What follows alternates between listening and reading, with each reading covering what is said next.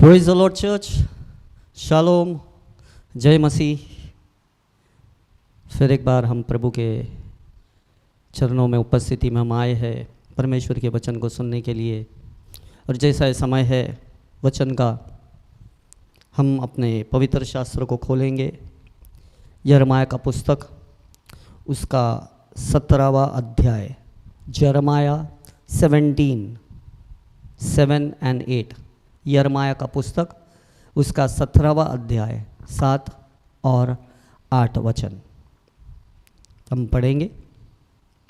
वचन कहता है, धन्य है वह पुरुष जो यहोवा पर भरोसा रखता है, जिसने परमेश्वर को अपना आधार माना हो। 8, वह उस वृक्ष के समान होगा जो नदी के तीर पर लगा हो और उसकी जड़ जल के पास फैली हो।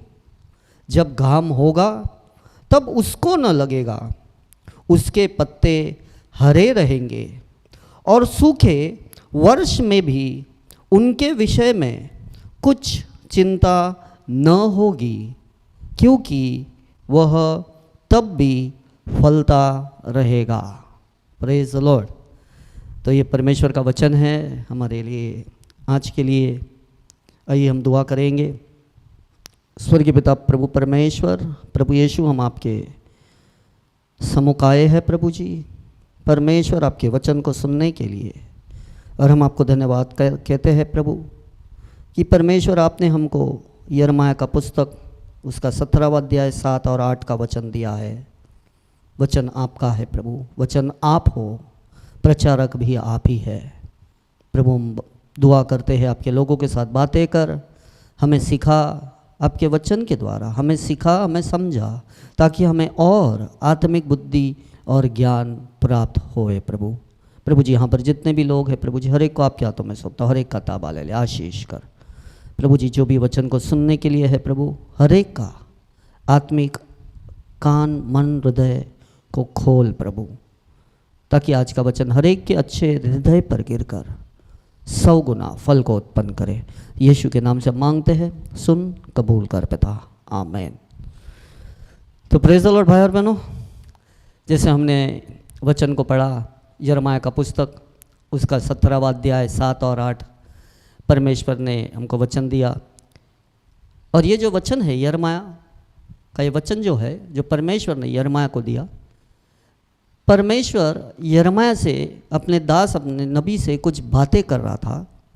और परमेश्वर अपने दास, अपने नबी को कुछ कहता है। और ये जो वचन है, ये वचन आशीष के बारे में बताता है। हमने जैसे पढ़ा 17 का, अगर हम 7 पढ़ते हैं तो शुरुआत में ही लिखा गया है, धन्य है वह पुरुष। धन्य है। इंग्लिश में अगर हम पढ़ते हैं इसी वचन को, अगर हम इंग्लिश में पढ़ते हैं यिर्मयाह 17:7, तो उसमें लिखा है, ब्लेस्ड इज द मैन। आशीषित है वो पुरुष। आशीष के बारे में परमेश्वर यिर्मयाह से बातें कर रहा था, यिर्मयाह को बोल रहा था। और जब परमेश्वर बातें कर रहा था तो परमेश्वर यिर्मयाह को आशीष के बारे में बता रहा था। कौन व्यक्ति आशीष है? जैसा वचन कहता है, आशीषित है वो, धन्य है, धन्य है। आज हर एक व्यक्ति इस धरती के ऊपर, हर एक व्यक्ति एक ही चाहता है, मैं दूसरे लोगों से धन्य मैं रहूं।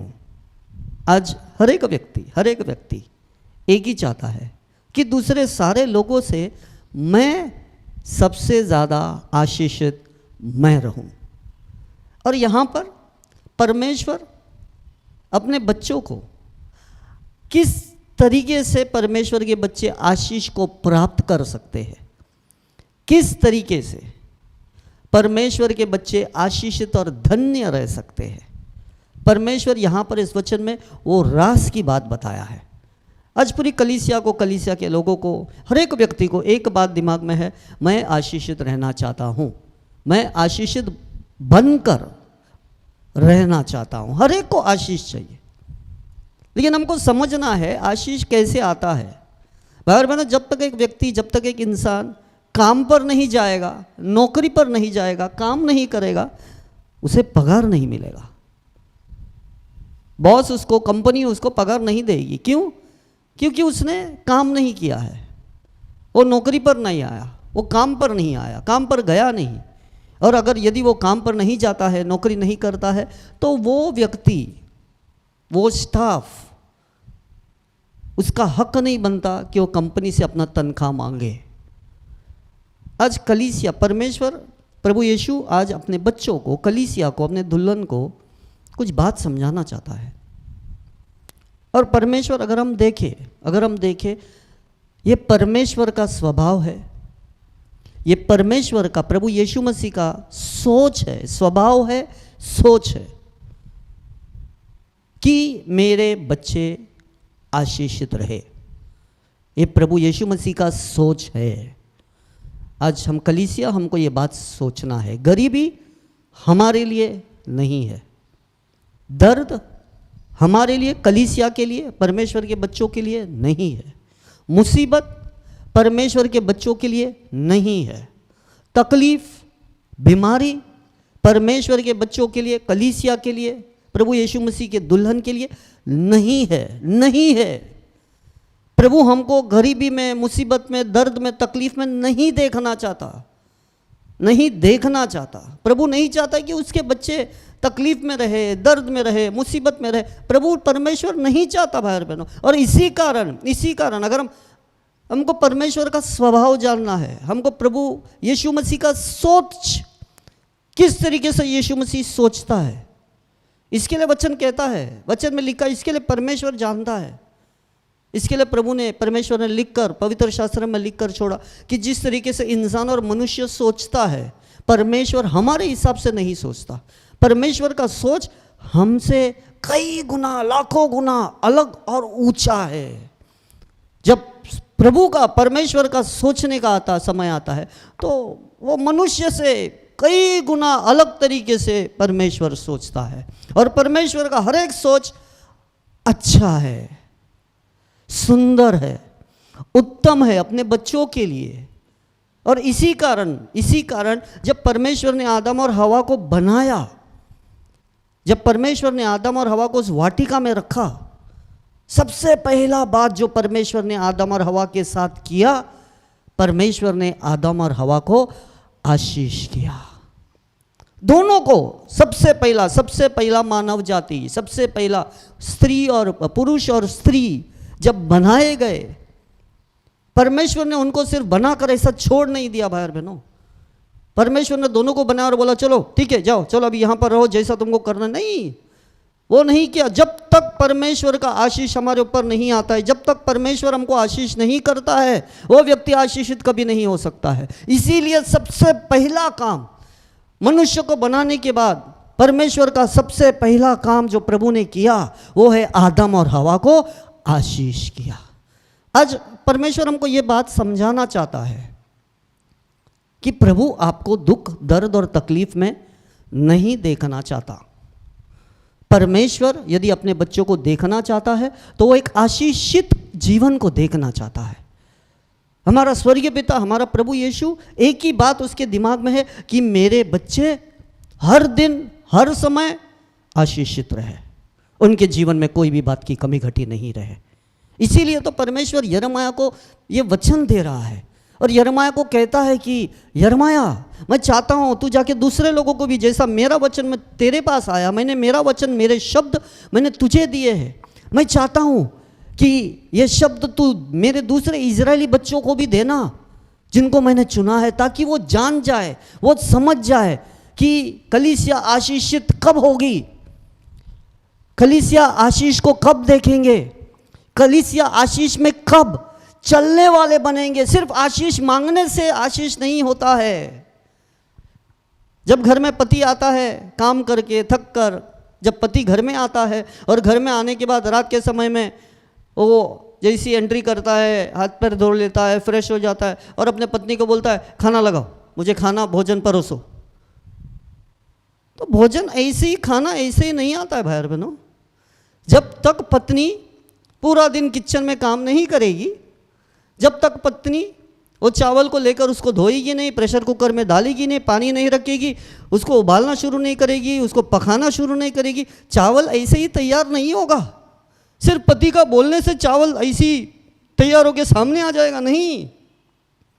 वो चावल को खाने के लिए, वो भोजन को खाने के लिए, भोजन को बनाने के लिए किसी ने तो मेहनत किया है, किसी को मेहनत करना है। जब पत्नी पूरा दिन, अभी जैसा लॉकडाउन भी चल रहा है भाई बहनों, सारे पुरुष है, सारे घर में बेटियां हैं, बेटे हैं, सभी लोगों के लिए लॉकडाउन है। जैसा सरकार ने, मोदी सरकार ने लॉकडाउन बोला है, सभी लोग लॉकडाउन में घर में बैठे हैं। जितने भी लोग काम करते थे, जितने भी पतियाँ काम करते थे, पति काम पर जाते थे, आज वो सारे पति घर पर बैठे हैं। जितने भी बच्चे, बेटे बेटियाँ काम पर जाते थे, आज वो सारे बेटे बेटियाँ घर पर है। सबको छुट्टी है, सबको आराम है। लेकिन ऐसे लॉकडाउन में भी एक व्यक्ति अभी भी घर में काम करता है। और मैं तो ऐसा समझता हूँ, मुझे ऐसा विश्वास है, लगता भी है कि ये व्यक्ति का ये काम ही सिर्फ नहीं कर रहा, लेकिन इनका काम पहले से और ज़्यादा बढ़ गया है। जो लॉकडाउन में काम अभी जो कर रही है, अभी का काम और पहले का काम, अभी का काम तो ज़्यादा बढ़ गया है। आपको पता है कौन है वो? घर के हर एक पत्नियाँ। दुनिया के लिए लॉकडाउन है, लेकिन पत्नियों के लिए लॉकडाउन नहीं है। अभी तो उनका काम और बढ़ गया है। शाम का 5 बजे 6 बजे पति को गरम गरम भजिया चाहिए। सवेरे नाश्ते में उनको अच्छे अच्छे ब्रेकफास्ट चाहिए। अच्छा खाना क्या बनाया, नहीं ये नहीं, मुझे और लेके आओ, और क्या, ये बनाओ वो बनाओ, डिमांड चालू है। और पति को भोजन मिलता भी है, बच्चों को भोजन मिलता भी है। क्यों मिलता है? क्यों मिलता है? जो उनका फरमाइश होता है। पत्नी आज भी किचन में पहले भी काम कर रही थी जब लॉकडाउन नहीं था, और अभी जो लॉकडाउन है अभी भी काम कर रही है। और पत्नी अभी तो ज़्यादा काम कर रही है। और ज़्यादा काम करने से सारे, कितने सारे पति घर पे बैठे अच्छे हट्टे कट्टे बन गए। खाते हैं, पीते हैं, नहीं पीना मतलब पानी, शराब की बात नहीं कर रहा हूँ। खाते अच्छे से, पानी भी नहीं पीते हैं, मस्त में लेट जाते हैं, सोते, फिर उठते, फिर खाते, सब लोग। लेकिन पत्नी काम करती है। और ये पत्नी काम करती है, इसके लिए पति को अपना, उनका जो फरमाइश होता है, उनका पूरा फरमाइश किया जाता है। बच्चों का जो अभी लॉकडाउन में जो फरमाइश है, माँ काम कर रही है, और काम करने के बाद बच्चों का फरमाइश पूरा होता है। यही बात परमेश्वर समझाना चाहता था। यही बात आज परमेश्वर अपने कलीसिया को बताना चाहता है कि मेरे बच्चों, मैं तुमको आशीष देखना चाहता हूँ। मैंने तो शुरुआत से ही आशीष का मैंने प्लान किया है, योजना मैंने तैयार किया है कि मेरे हर एक बच्चे आशीषित जीवन जिए। लेकिन ये आशीषित जीवन जीने के लिए भाई और बहनों, सिर्फ हम मांगने से हमको आशीष नहीं मिलता है, इसके लिए हमको कुछ करना है। जब तक कलीसिया इस वचन को समझकर वचन के अनुसार नहीं चलेंगे भाई और बहनों, हम हमारे जीवन में वो आशीष को नहीं देख पाएंगे। हम आशीष को देख नहीं सकेंगे। सिर्फ मांगने से नहीं मिलता, कुछ करना पड़ता है। जब तक वो स्त्री, वो पत्नी, वो माँ किचन में जाके सवेरे से लेकर रात तक खाना, ब्रेक, नाश्ता वो सब नहीं बनाएगी, बच्चे, पति, उनको सवेरे का नाश्ता नहीं मिलेगा, दोपहर का भोजन नहीं मिलेगा, शाम का नाश्ता नहीं, रात का खाना, कुछ नहीं मिलेगा। लेकिन यदि यही पत्नी पूरा दिन भर किचन में काम करती है तो इनका सारा फरमाइश पूरा होता है। किसी को काम करना है, अगर कलीसिया को आज आशीषित रहना है, अगर आज आप आशीष को चाहते हो भाई और बहनों, आपको और मुझे, हम सभी लोगों को आशीष प्राप्त करने के लिए, एक आशीषित जीवन में जीने के लिए हमको कुछ करना है। जब तक आप कलीसिया, जब तक आप वो बातों को नहीं करोगे, ये वचन को रखकर आप नहीं चलोगे, हम वो आशीष को नहीं देखेंगे। कलीसिया में कई सारे लोग हैं जो सिर्फ वो आशीष चाहिए। वचन कहता है, यहाँ पर वचन कहता है, धन्य है वो पुरुष, आशीषित है वो इंसान, आशीषित है वो आदमी, आशीषित है वो औरत, आशीषित है वो सारे बच्चे। कौन? जो यहोवा पर भरोसा रखता है। कौन आशीषित रहेंगे? जो अपना पूरा भरोसा, अपना पूरा विश्वास, भरोसा विश्वास किसके ऊपर रखता है? अपने कंपनी, अपने मालिक, अपने काम धंधे, अपने बुद्धि, अपने ज्ञान, अपने शक्ति, अपने सामर्थ्य के ऊपर नहीं, परंतु अपना पूरा भरोसा, अपना पूरा विश्वास वो यहोवा परमेश्वर के ऊपर रखता है। लिखा है, धन्य है वह पुरुष जो यहोवा, जो यहोवा पर भरोसा रखता है, जिसने परमेश्वर को अपना आधार माना हो, जिसने यहोवा परमेश्वर को अपना चरवाहा बनाया हो, वो व्यक्ति आशीषित रहेगा। यदि आज आपको आशीषित रहना है, आज परमेश्वर आपसे कुछ चाहता है, प्रभु कहता है मैं तो तुझे बनाया हूं ताकि तू आशीषित रहे। आदम और हवा ने कोई बगीचा नहीं लगाया, आदम और हवा ने कोई मेहनत नहीं की वाटिका में, वो खुद जाकर कोई पेड़ को नहीं लगाया, आम के पेड़ को नहीं लगाया, अंगूर के पेड़ को नहीं लगाया, कोई पेड़ को नहीं लगाया उन्होंने कोई काम नहीं किया। परमेश्वर ने उनके लिए सारा चीज़ों को तैयार करके रख दिया। वो आशीष परमेश्वर ने आदम और हवा को बनाने के पहले, तैयार करने के पहले, परमेश्वर ने वो सारे बातों को तैयार करके रख दिया और आदम और हवा को उसके बीच में छोड़ दिया। बोला तुम आशीषित रहो, और आशीष भी किया, सिर्फ बनाकर छोड़ नहीं दिया, उनको आशीष भी किया। फूलो फलो आशीषित रहो, आशीष करिए, आज के बाद तुम आशीषित रहोगे। लेकिन ये तो आदम और हवा का गलतियां, पाप थे कि उन्होंने खुद अपने हाथों से अपने आशीष को गवा दिया। आज यही बात कलीसिया के साथ होता है। प्रभु ने आपको आशीष दिया है, आशीष किया है। परमेश्वर ने आपको आपके माँ के गर्भ से ही सारे आशीष को आपके लिए निकाल के रखा है। लेकिन ये हमारा सोच, हमारा विचार, हमारा देखना, हमारा चलना, हमारा करना, ये सारे गलत स्वभाव के वजह से, गलत सोचने की वजह से हम परमेश्वर ने जो रखा हुआ, दिया हुआ आशीष है, हम खुद होकर वो आशीष से हम खुद दूर निकल जाते हैं।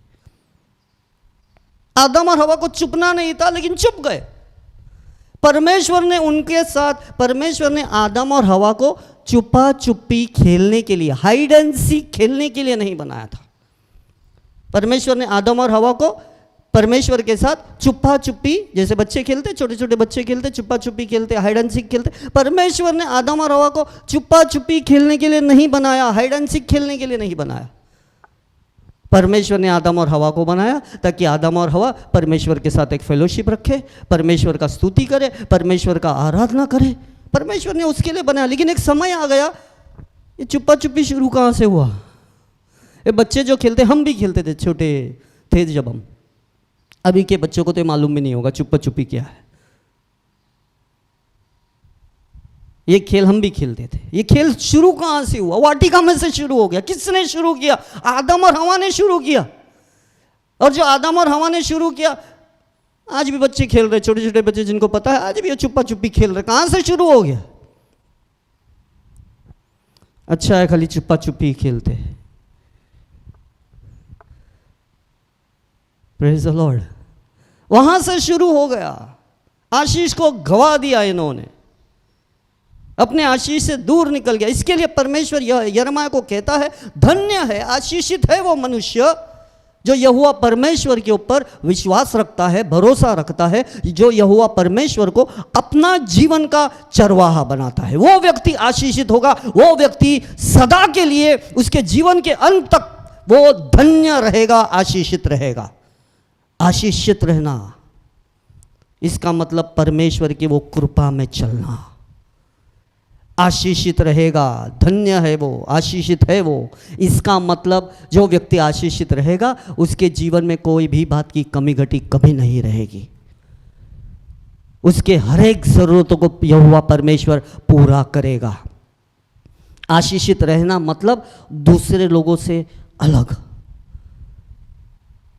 जब यहोवा परमेश्वर आशीष करता है भाई बहनों, छप्पर फाड़ के देता है। हमारे सोच समझ से बढ़कर यहोवा हमको आशीष करता है। Praise the Lord, praise the Lord. जब यहोवा आपको और मुझे आशीष करता है, हमारे मांगने से बढ़कर यहोवा परमेश्वर हमको आशीष देता है। धन्य है वो व्यक्ति। आशीष का मतलब हमारे हर एक जरूरत पूरे किए जाएंगे। दिया है हमको, कर दिया है। मांगने के पहले ही प्रभु ने हमको दे दिया है। तुम्हारे जीवन में कोई भी बात की कमी घटी नहीं रही। अगर तुम्हारे जीवन में कोई भी बात की कमी घटी नहीं है, इसका मतलब आप आशीषित हो। आपके जीवन में, आपके घर में, आपके परिवार में कोई भी बात की कमी घटी नहीं है, मतलब आप परमेश्वर के उस कृपा में आप चल रहे हो।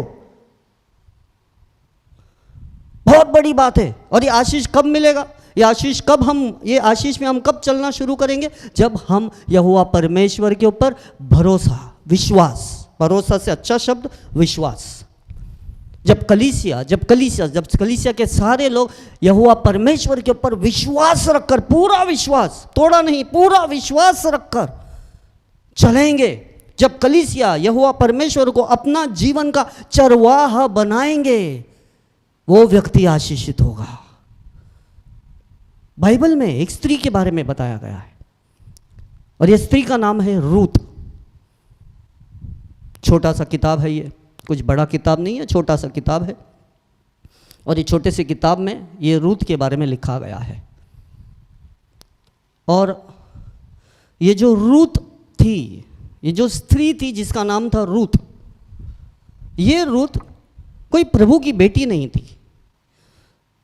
ये रूत, ये जो स्त्री थी, ये जो लड़की थी, औरत थी, ये बहन थी, ये एक अन्य जाति में से आ रही थी। मोयाब एक ट्राइब, एक गोत्र था। मोयाब नाम का एक गोत्र था, एक ट्राइब था। और ये मोयाब, ये गोत्र लॉट के द्वारा ये पीढ़ी शुरू हो गई। लॉट के द्वारा ये पीढ़ी शुरू हो गई। मोयाब ये गोत्र था, एक अलग प्रकार के, एक अलग समाज के एक लोग थे। और ये जो लोग थे, मोयाब नाम के जो गोत्र के लोग थे, ये प्रभु के लोग नहीं थे, ये प्रभु को नहीं जानते थे। ये लोगों का अपना खुद का देवी देवताएं थे। ये लोगों ने अपने लिए कई सारे अलग अलग प्रकार के, भिन्न भिन्न प्रकार के, ये लोगों ने अपने लिए देवी और देवताओं को बना कर रखा, मूर्तियों को बनाया। और ये मोयाब के लोग मूर्तियों का पूजा पाठ करते थे। और ये जो बहन थी, ये जो औरत, ये जो लड़की थी रूत, ये ऐसे गोत्र में से, ऐसे लोगों में से ये रूत निकली थी। और ये रूत जिंदा यहोवा परमेश्वर को नहीं जानती थी। ये रूत अब्राहम का परमेश्वर, इसहाक का परमेश्वर, याकूब का परमेश्वर को नहीं जानती थी। इनका आधा जीवन, रूत का आधा जीवन उन मूर्ति पूजा करने वाले लोगों में बीता हुआ था, क्योंकि रूत का अपने लोग भी इसी मोयाब में रहते थे। और ये रूत का जो विवाह था, शादी था, वो रूत का शादी एमीमेलेक नाम का एक व्यक्ति, उसके बेटे के साथ हुआ। रूत का शादी एमीमेलेक, उनका जो एक परिवार था, जिसका घराना जो मुख्य व्यक्ति था एमीमेलेक, बाप पिता, उसका नाम एमीमेलेक था, उसका बेटे के साथ रूत का शादी हो गया। लेकिन ये एमीमेलेक जो थे, ये परिवार जो था, एमीमेलेक, उनकी पत्नी, उनके बच्चे जो थे, ये परमेश्वर के बच्चे थे। ये जिंदा यहोवा परमेश्वर को जानते थे। ये जिंदा यहोवा परमेश्वर के पीछे चलने वाले लोग थे। एमीमेलेक और उनका परिवार जिंदा परमेश्वर के पीछे चलने वाले लोग थे, मसीह लोग थे, क्रिस्ती लोग थे, विश्वासी लोग थे। और ऐसे घराने में ये रूत नाम की ये स्त्री, जो दुनियादारी में थी, जो मूर्ति पूजा में थी, ऐसी औरत ये क्रिस्ती घराने में आती है। हर एक के लिए परमेश्वर का एक योजना है। परमेश्वर ने हर एक व्यक्ति के लिए एक योजना तैयार करके रखा है। और जब ये स्त्री ये क्रिस्ती परिवार में आती है, क्रिस्ती परिवार में ये एमीमेलेक, उनके बेटे के साथ रूत का शादी विवाह हो जाता है। तो ये रूत जो है अपने गांव, अपने घराने, अपने माता पिता, वो ये गोत्र जो मोयाब का गोत्र है, वो सारे लोगों को, समाज को छोड़कर ये क्रिस्ती मसीहा परिवार में ही आ जाती है, रहने लगती है। और जैसे ये बहन इन क्रिस्ती परिवार के साथ रहने लगती है, वचन कहता है कुछ साल के बाद एमीमेलेक जो रूत का ससुरा था वो गुजर जाता है, मर जाता है।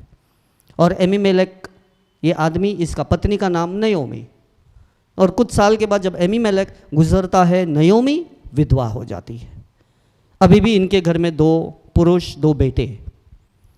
और फिर कुछ समय के बाद फिर से नयोमी के जो 2 बेटे रहते हैं, जिसका एक बेटे के साथ रूत का शादी होता है, ये नयोमी का दोनों बेटे भी मर जाते हैं, गुजर जाते हैं।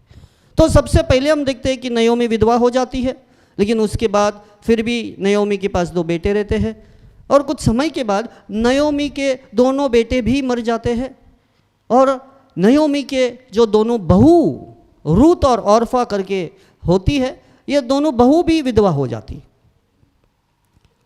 मुसीबत, तकलीफ, और ये गुजरने के बाद दोनों बेटे, पति, घर का तीनों पुरुष गुजरने के बाद, मरने के बाद, नयोमी, एक समय आता है जब नयोमी को पता चलता है कि परमेश्वर अपने लोगों को बेतलहम में, जूड़ा के उस शहर में बेतलहम में, परमेश्वर, यहोवा परमेश्वर अपने लोगों को अपना उपस्थिति लेकर आया। उनको परमेश्वर ने अपना आशीष अपने लोगों को बेतलहम में उन्हें भेजना शुरू कर दिया। जब नयोमी को ये पता चलता है कि बेतलहम में जो मुसीबत थी, तकलीफ थी, अकाल थी, वो अकाल निकल गया है, सब कुछ बेतलहम में अच्छा हो रहा है, जूड़ा शहर में सब कुछ अभी अच्छा हो रहा है, फसल उग रहे हैं, सब कुछ आशीष फिर से लौट कर आई है, तो नयोमी एक निर्णय लेती है कि नहीं, मैं फिर से बेतलहम में जाऊंगी। क्योंकि ये परिवार जो थे, एमीमेलेक और उनका परिवार, नयोमी और इनके सारे 2 बच्चे, ये सारे बेतलहम में रहने वाले लोग थे। अकाल के कारण, मुसीबत के कारण इन्होंने बेतलहम को छोड़कर ये दूसरे जगह पर आ गए। लेकिन जब नयोमी को पता चलता है कि बेतलहम में सब कुछ ठीक हो रहा है, सब कुछ पहले जैसा हो रहा है, तो नयोमी निर्णय ले लेती है कि मैं फिर से बेतलहम में जाकर, मेरे गांव में, मेरे देश में मैं फिर से जाकर मैं रहना शुरू करूंगी। और ऐसे समय पर नयोमी अपने दोनों बहू को बुलाती है और उनको कहती है कि देखो, मैं जा रही हूँ, फिर से मेरे गांव में मैं जा रही हूँ, और मैं चाहती हूँ, देखो मैं तो बूढ़ी हो गई हूँ, और ऐसा भी नहीं है कि अभी मैं कोई बच्चे को जन्म दे सकती हूँ, मैं बच्चे को भी जन्म नहीं दे सकती हूँ। और औरफा और रूत, तुम दोनों भी जवान हो, तुम उतने उम्र में नहीं हो, बूढ़ी नहीं हो गई हो, तुम जवान हो, तुम्हारा आगे बहुत लंबा चौड़ा जीवन पड़ा है। तो नयोमी रूत और औरफा को कहती है, सलाह मशवरा करती है कि तुम मुझे छोड़ दो और तुम अपने गांव, अपने घराने, अपने लोगों के पास फिर से निकल जाओ, जाकर अपने माँ बाप के साथ फिर से रहना शुरू करो। तुम्हारे माँ बाप तुम्हारा और किसी के साथ शादी करेंगे, तुम्हारा एक अच्छा जीवन होगा, तुम नया एक जीवन को बसर करो, शुरुआत करो। और जैसा औरफा और रूत ये दोनों बातों को, अपने सास के बातों को सुनती है, तो औरफा भी सोचती है, सासू माँ तो अच्छी बात कही है, मैं भी इसी बात की तलाश में थी कि सासू माँ कब मुँह खोलेगी और मैं अपना जीवन नए से शुरू करूँगी। औरफा सोचती है, यही तो समय है, यही तो मौका है। तो औरफा तुरंत बोलती है, ठीक है सासू माँ, अगर आप चाहते हो। कई बार हम ऐसा बात करते हैं, हमारे दिल में, हमारे दिमाग में बहुत कुछ होता है, लेकिन हमारा सोच हम दूसरों के ऊपर थोप देते हैं। औरफा ने वो काम किया। औरफा चाहती थी कि भाई क्या जीना, भी पति नहीं है, ससुरा नहीं है, कोई नहीं है घर में, सब मर गए हैं, पुरुष है कोई भी नहीं रहा, हम सिर्फ 3 औरत है, काम कौन करेगा, मेहनत कौन करेगा, कौन हमको खिलाएगा। औरफा बहुत कुछ सोचने लगती थी। और जब नयोमी ने बोला तो औरफा को भी मौका मिल गया। तो औरफा बोली, ठीक है सासू माँ, मैं आपके दिल को दुखा नहीं सकती हूँ, ठीक है, अगर आप चाहते हो तो मैं जाऊँगी। और औरफा अपना पूरा बोरी बिस्तरा है ना, जो भी कपड़ा बिपड़ा जो भी औरफा का था, उन्होंने सब ले लिया, बांध दिया सामान, और निकल पड़ी अपने गाँव, अपने घराने में के पास फिर से। रूत भी थी, रूत ने भी ये बातों को सुना, लेकिन जब रूत ने सुना, रूत औरफा के जैसा बात नहीं करी। जब रूत ने बात सुना तो रूत ने, वचन कहता है, रूत ने नयोमी को एक बहुत अच्छा सुंदर सा बात कहा। रूत ने अपने सासू माँ से, अपने सास से ये बात कही कि सासू माँ, आप मुझे मजबूर मत करना कि मैं आपको छोड़कर मेरे गांव, मेरे घराने मैं वापस जाऊँ। आप मुझे मजबूर मत करना, क्योंकि मैं जहाँ से मैं आई थी, जिस गांव, जिस गोत्र को, जिस बातों को, जिस दुनियादारी बातों को छोड़कर मैं आई थी आपके पास, इस घराने में, इस क्रिस्ती परिवार में, इस मसीह परिवार में, सासू माँ, मैं फिर से मेरे उस गांव में, मेरे उस पुराने जीवन में, मेरे उस पुराने ख्यालात में, मेरे उस जूने चाल चलन में मैं नहीं जाना चाहती हूँ। रूत ने, जैसा नयोमी ने अपना निर्णय रूत और औरफा को बताया, औरफा ने अपना निर्णय लेकर वो अपने माँ बाप के पास निकल गई, लेकिन रूत खड़ी रही, रूत नहीं गई। रूत ने अपना निर्णय अपने सासू माँ नयोमी से कहा कि सासू माँ आप मुझे मजबूर मत करना कि मैं आपको छोड़कर मैं मेरे माँ बाप, मेरे घराने, मेरे पूरे ख्यालात, मेरे पूरे स्वभाव, मेरे पूरे जीवन मेरे पूरे चाल चलन में मैं फिर से जाऊँ। आप मुझे मजबूर मत करना, मैं आपको छोड़कर कहीं नहीं जाना चाहती हूँ, मैं आपके साथ बनकर रहना चाहती हूँ। और आज से वचन कहता है, रूत ने नयोमी को कहा कि सासू माँ आपके जो लोग हैं, आपके जो रिश्तेदार हैं, आपके जो चुने हुए लोग हैं, जिनको परमेश्वर ने चुना है, अलग किया है, आपके लोग अभी से मेरे लोग बन जाएंगे। मैं आपके लोगों के साथ बनकर रहना चाहती हूँ।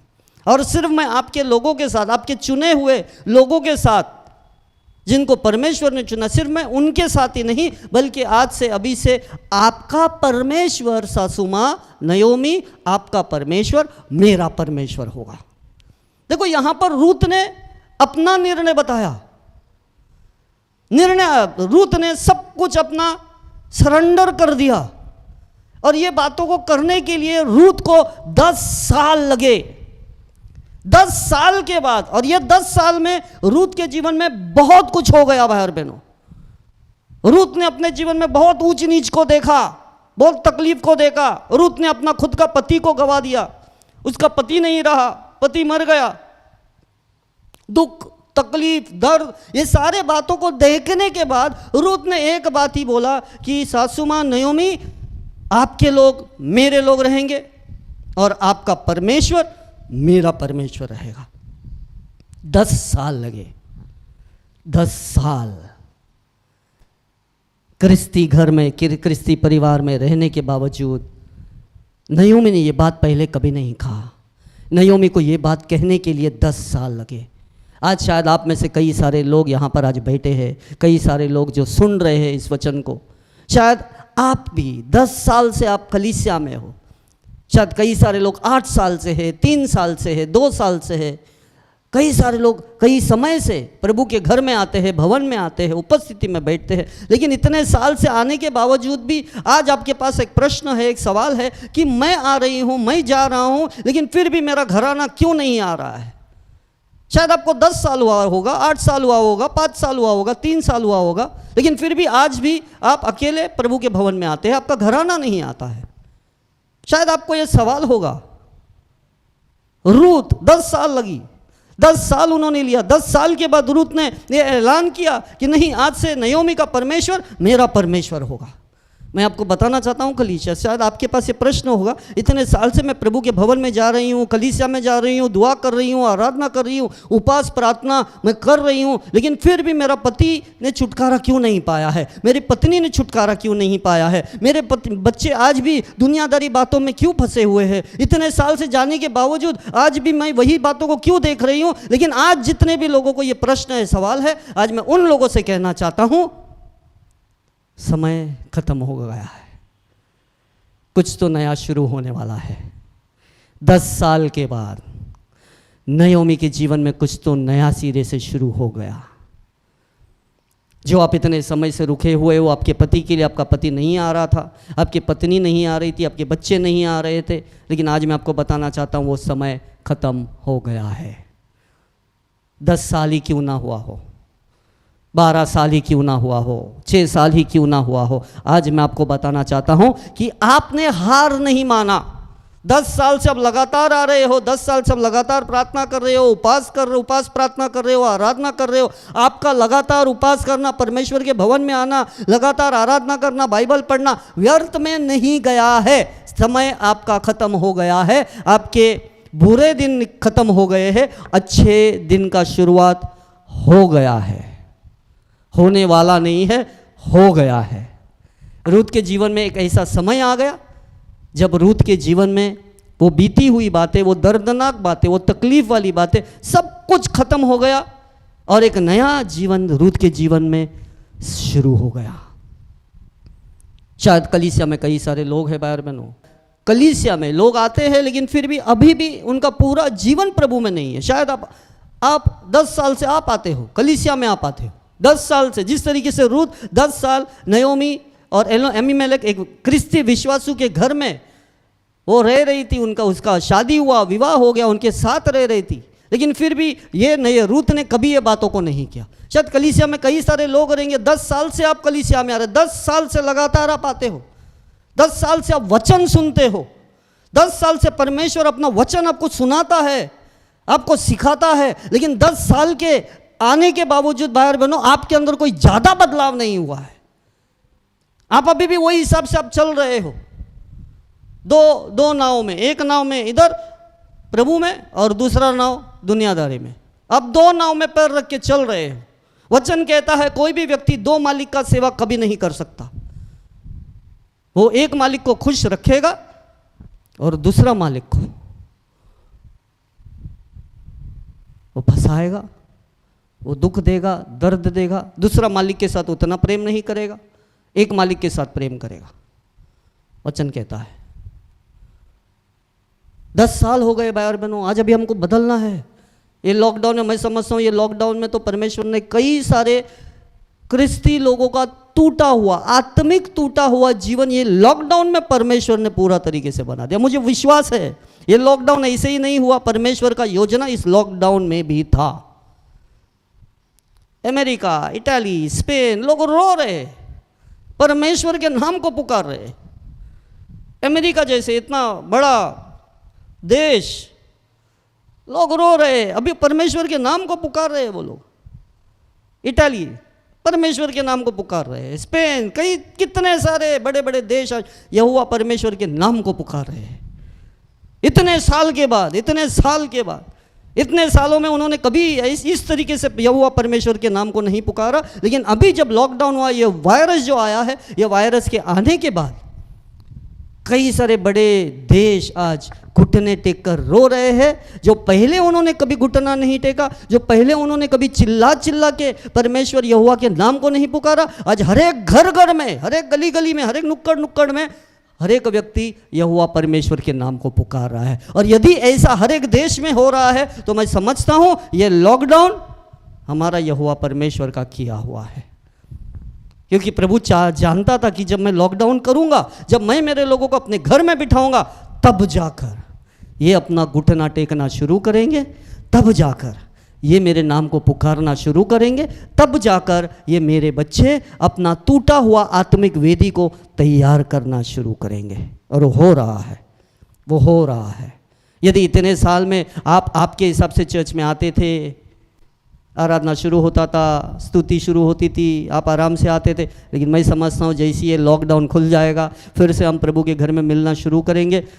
मैं समझता हूँ लोग समय के पहले ही कलीसिया में आकर बैठेंगे, क्योंकि अभी लोगों को पता चला है संगति का मतलब क्या है।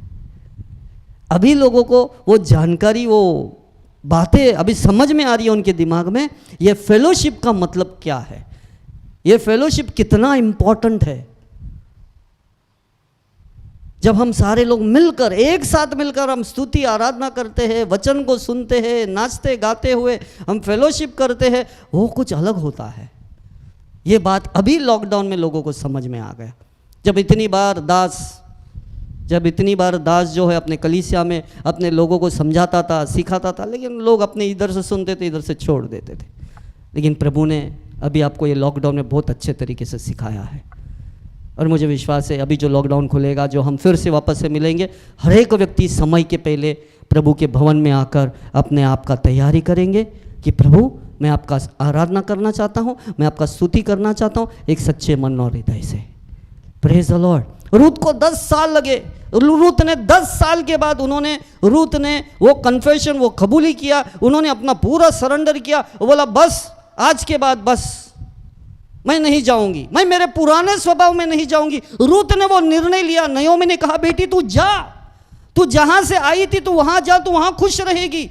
अगर तू वहां जाएगी तो शायद तेरे माँ बाप जो प्रभु में नहीं है, वो तेरे माँ बाप तेरा और किधर शादी करेंगे, तेरा नया जीवन शुरू होगा। लेकिन यहां पर रूत ने निर्णय लिया। अगर आपको आशीष चाहिए भाई और बहनों, तो आपके माँ, आपके पिता को निर्णय नहीं लेना है, ये आपको निर्णय लेना है। जितने भी पत्नियां हैं, अगर आपको आशीषित होना है तो आपके पति को निर्णय नहीं लेना है, आपको लेना है। जितने भी पति, यदि आप आशीषित चाहते हो तो आपको आपके पत्नी को नहीं बोलना है कि तू मेरे लिए प्रार्थना कर, तू मेरे लिए उपास कर। नहीं, अगर पतियां, जितने भी पति, अगर आप आशीष को देखना चाहते हो तो आपको उपास करना है, आपको प्रार्थना करना है, आपको आराधना करना है, आपको परमेश्वर की उपस्थिति में बैठना है। कितने सारे बच्चे हैं, लड़के लड़कियां हैं, आज आपको आपके हिसाब से नहीं चलना है। रूत अपने हिसाब से नहीं चली। ध्यान देना, कई सारे लड़के लड़कियां हैं जो अपने हिसाब से काम कर रहे हैं, जो अपने हिसाब से अपने पसंद को ढूंढ रहे हैं। उन्होंने प्रभु को, परमेश्वर को, यहोवा को कभी नहीं पूछा कि यहोवा परमेश्वर, क्या ये मेरे लिए है? क्या ये जीवन साथी को आपने मेरे लिए बनाया है? कभी नहीं पूछा। आज की पीढ़ी, आज का जनरेशन, बस उनको जो अच्छा लगा, दिखने में स्मार्ट लगा, सलमान खान दिखा, आमिर खान दिखा, ये खान दिखा, वो खान दिखा, खत्म हो गया। पागल हो गए लोग, पागल हो गए लोग। Praise the Lord, praise the Lord. अरे दिखावे में मत जाना, दिखावे में मत जाना। हर एक चीज जो चमकता है सोना नहीं होता है भाई बहनों, बाद में मालूम पड़ता है। कितने लोग रो रहे हैं, दिखावे पे गए। बेंटेक्स भी चमकता है, लेकिन अगर बेंटेक्स चमकता है इसका मतलब ये नहीं कि बेंटेक्स असली सोना है। दिखावे पे मत जाना। रूत ने नयोमी को नहीं बोला ठीक है सासू माँ आप बोलती है, मुझे भी ऐसा लगा, औरफा निकल गई, मैं भी निकल जाऊंगी, मैं भी अपना जीवन बनाऊंगी। नहीं, जैसा यिर्मयाह का पुस्तक 17, 7 और 8 में हमने जो पढ़ा, वचन जो कहता है सब, यिर्मयाह 17 के पुस्तक में, आशीषित है, धन्य है वो व्यक्ति जो यहोवा परमेश्वर के ऊपर अपना विश्वास, अपना भरोसा को रखता है। रूत अपने माँ बाप के ऊपर विश्वास नहीं रखे। रूत ने अपने घराने, अपने गोत्र के ऊपर विश्वास नहीं रखे। रूत ने अपने समाज के ऊपर विश्वास नहीं रखी। वो रूत ने अगर विश्वास रखी, रूत ने यहोवा परमेश्वर को अपना जीवन का, यहोवा परमेश्वर को अपने जीवन का वो चरवाहा बना दिया। बोला नहीं, आज के बाद नयोमी, मेरे सासू माँ, आज के बाद आपका परमेश्वर मेरा परमेश्वर होगा।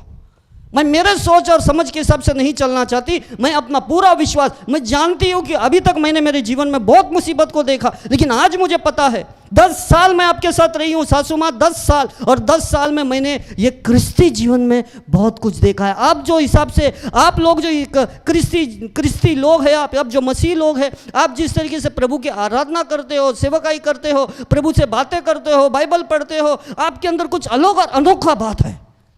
मैं समझ गई, 10 साल मैं आपके साथ जो रही, मैं समझ गई, और ये 10 साल के बाद आज मैं समझ गई क्रिस्ती जीवन क्या है, यहोवा परमेश्वर कौन है। आज मैं ऐलान करना चाहती हूँ कि आपका परमेश्वर मेरा परमेश्वर होगा। आज के बाद मैं मेरे पुराना स्वभाव में मैं नहीं जाऊंगी, मैं मेरे पुराने ख्यालात के हिसाब से मैं नहीं चलूंगी।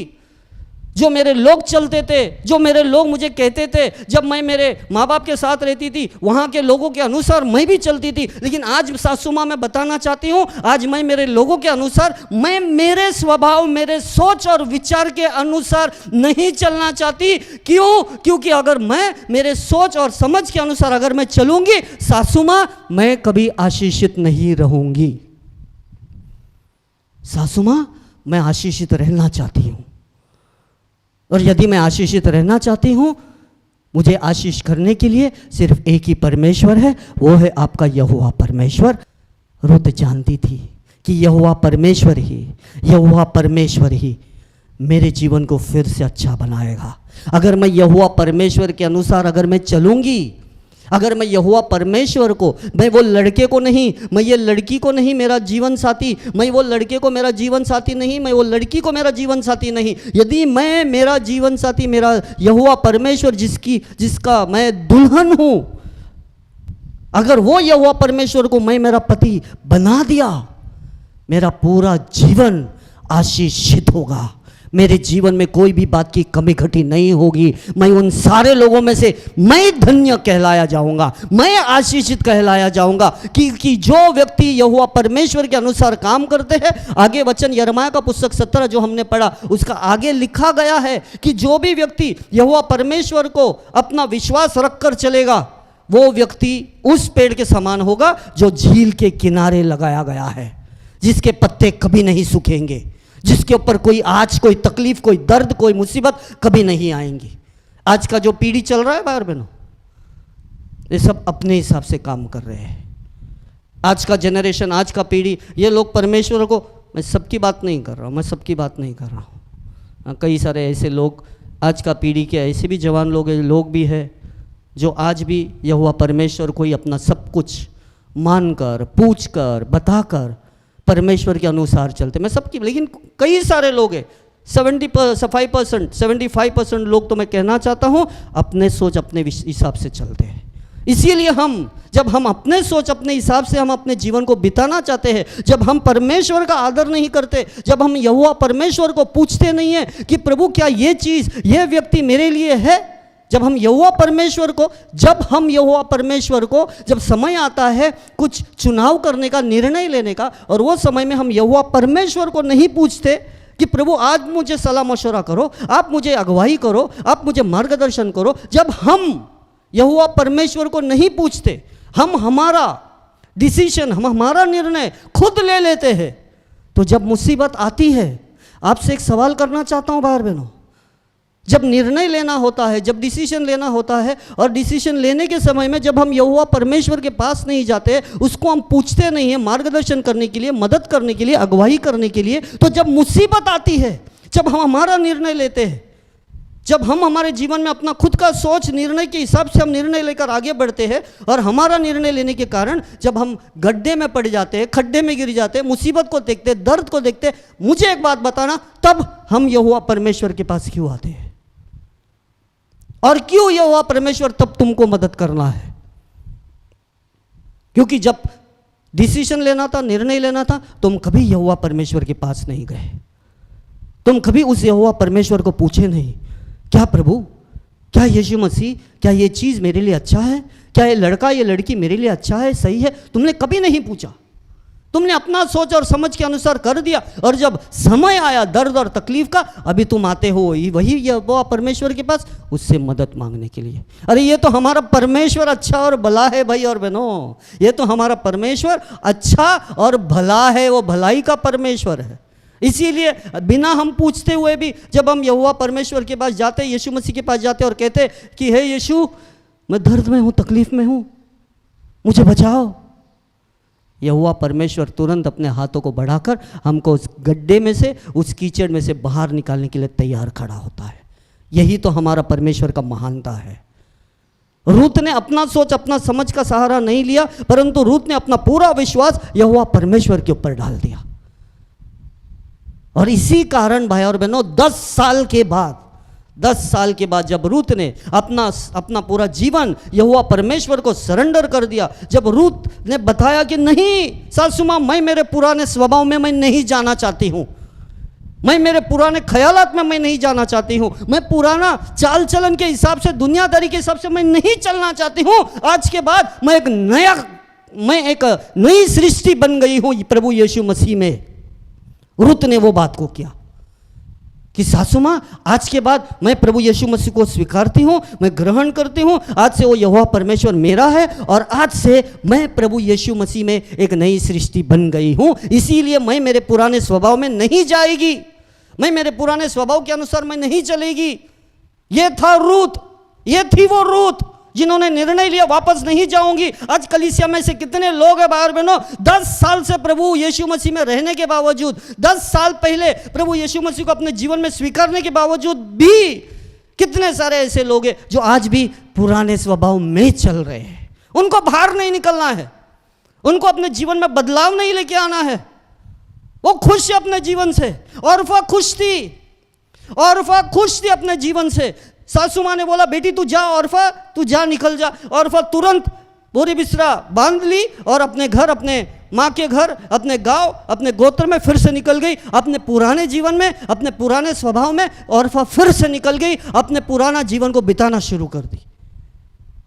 और ये रूत, इसने सासू माँ को बोला, नहीं माँ, मैं नहीं जाऊंगी, मैं मेरे पुराने ख्यालात में नहीं जाऊंगी, मैं मेरे पुराने स्वभाव में नहीं जाऊंगी, अभी मैं बदलना चाहती हूँ, मैं नहीं जाऊंगी, आपको छोड़कर, आपके लोगों को छोड़, यहोवा परमेश्वर को छोड़ मैं और किधर नहीं जाऊंगी।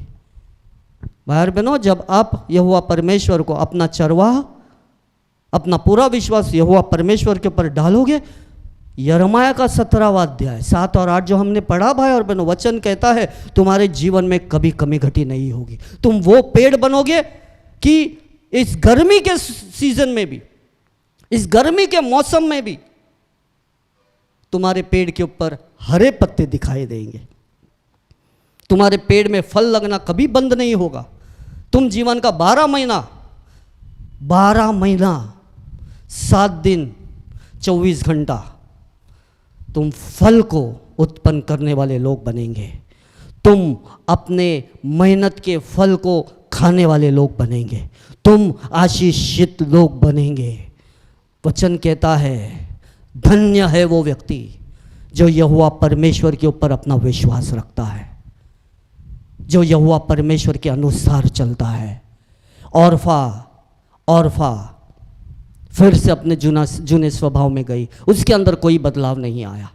इसीलिए एक था रूत, एक थी औरफा बदलना नहीं चाहती थी। ये दोनों भी बहनें क्रिस्ती परिवार में, क्रिस्ती घराने में, मसीह घराने में इनका विवाह हो गया। औरफा और रूत दोनों एक ही छत के नीचे रहे। औरफा फिर से अपना पुराना जीवन में वो निकल गई, उसको बदलाव नहीं चाहती, वो चाहती थी, उसको अपने जीवन का मजा और आनंद लेना चाहती थी। आज कई सारे क्रिस्ती लोग हैं जो परमेश्वर के वचन के अनुसार नहीं चलना चाहते, उनको अभी भी दुनिया का मजा लेना है। वो आते हैं चर्च में, खाली सीट कुर्सी जो है वो भरने के लिए आते हैं, बैठते हैं, सुनते हैं और बाहर जाकर अपने हिसाब से ही काम करते हैं। औरफा, सासू माँ ने क्या एक बार बोला, बेटी तू जा, बोरी बिस्तरा बांध दी, बाय बाय सासू माँ, और निकल गई। और एक थी रूत, उसने कोई बोरी बिस्तरा नहीं बांधी और बोला ये बोरी बिस्तरा मेरा जो भी आज के बाद का जो जीवन है आपके साथ ही मैं बिताऊंगी, आपको छोड़कर नहीं कहीं मैं जाऊंगी, क्योंकि सासू माँ मैंने आपसे बहुत कुछ सीखा है। ये 10 सालों में, शायद 10 सालों में मैंने पूरे तरीके से मेरा जीवन प्रभु को समर्पित नहीं की है, लेकिन मैंने ये 10 साल में मैंने आपसे बहुत कुछ सीखी हूँ। मैं सासू माँ, मैं आपको छोड़कर नहीं जाऊंगी, क्योंकि मुझे विश्वास है, क्योंकि आपके साथ रहने से, आपके परमेश्वर को मेरा परमेश्वर बनाने से मैं आशीषित हो जाऊंगी। आपका यहोवा परमेश्वर मेरे उस सारे कमी घटी को पूरा करेगा। रूत जानती थी। अब कौन बनना चाहते हो? आज एक सवाल मैं आपको पूछना चाहता हूं, आप कौन बनना चाहते हो? क्या आप औरफा बनना चाहते हो? क्या आप रूत बनना चाहते हो? अगर आप औरफा बनना चाहते हो तो मैं आपको बताऊंगा, कलीसिया के लोग, मैं आपको बताना चाहता हूं मेरे भाई और बहनों, अगर आप औरफा बनना चाहते हैं तो आपके द्वारा कुछ अच्छा जन्म नहीं लेगा, आपके द्वारा सिर्फ गोलायत ही जन्म लेगा। क्योंकि औरफा दुनिया में गई, माँ बाप के पास गई, पुराने स्वभाव में वो निकल गई, चल रही थी, मजा ले रही थी। औरफा के द्वारा गोलायत तैयार हो गया।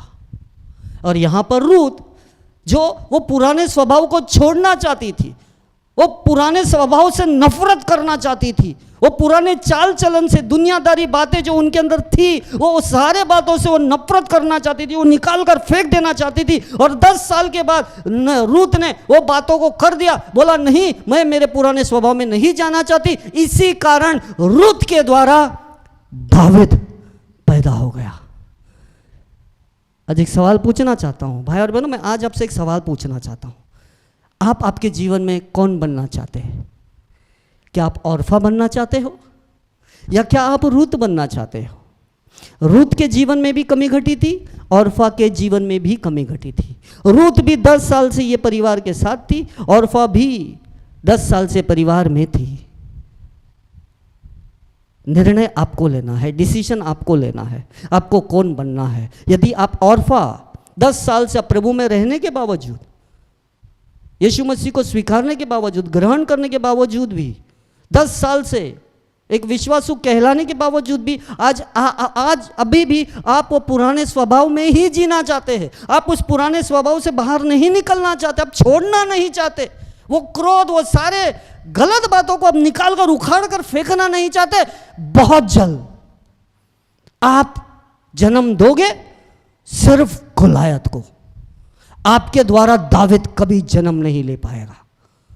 ध्यान देना भाई और बहनों, आज प्रभु परमेश्वर आपसे बात कर रहा है। यदि आप औरफा बनना चाहते हो, आपके द्वारा सिर्फ गोलायत, दूसरे लोगों को सिर्फ ललकारने वाला, दूसरे लोगों को सिर्फ कुचल कर रख देने वाला, सिर्फ वो गोलायत ही आपके द्वारा जन्म लेगा। लेकिन यदि आप रूत बनना चाहते हो, यदि आप आपका पूरा विश्वास यहोवा परमेश्वर के ऊपर डालना चाहते हो, तो आज मैं आपको बताना चाहता हूं, बहुत जल्द आपके द्वारा, रूत के द्वारा दावीद जन्म लेगा। जो ललकारने वाले को, जो दूसरे लोगों के सर को कुचल कर रखने वाले को, वो दावीद हमेशा के लिए खत्म कर डालेगा। अगर जन्म देना है भाई और बहनों, कुछ अच्छे चीज को जन्म देना,